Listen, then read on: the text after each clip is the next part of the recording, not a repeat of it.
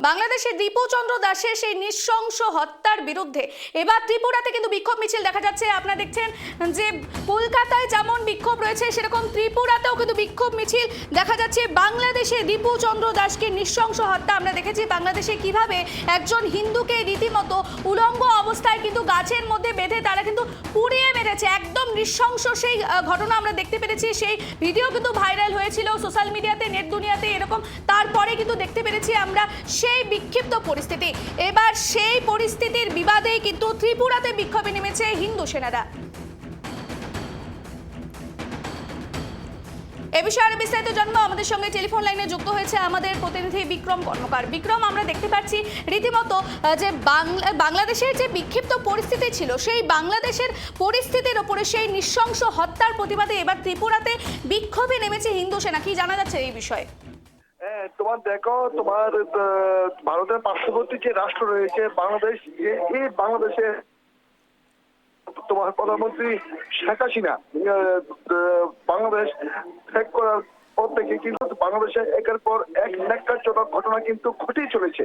তোমার দেখো, আবারও কিন্তু তোমার বাংলাদেশে তোমার মৌলবাদীদের দ্বারা একজন তোমার নিরীহ যুবককে গাছের সাথে বেঁধে আগুন দিয়ে পুড়িয়ে হত্যা করেছে মৌলবাদীরা। এবং এই ঘটনার প্রতিবাদে কিন্তু এবার সোচ্চার হয়েছে তীব্রমতা দল সহ হিন্দু সেনা। তোমার দেখো, আজ কিন্তু তোমার হিন্দু সেনার এক প্রতিনিধি দল আগরতলা যে বাংলাদেশ সহকারী হাই কমিশনের অফিস রয়েছে সেই হাই কমিশন অফিসের সামনে কিন্তু ওরা বিক্ষোভ প্রদর্শন করেছে।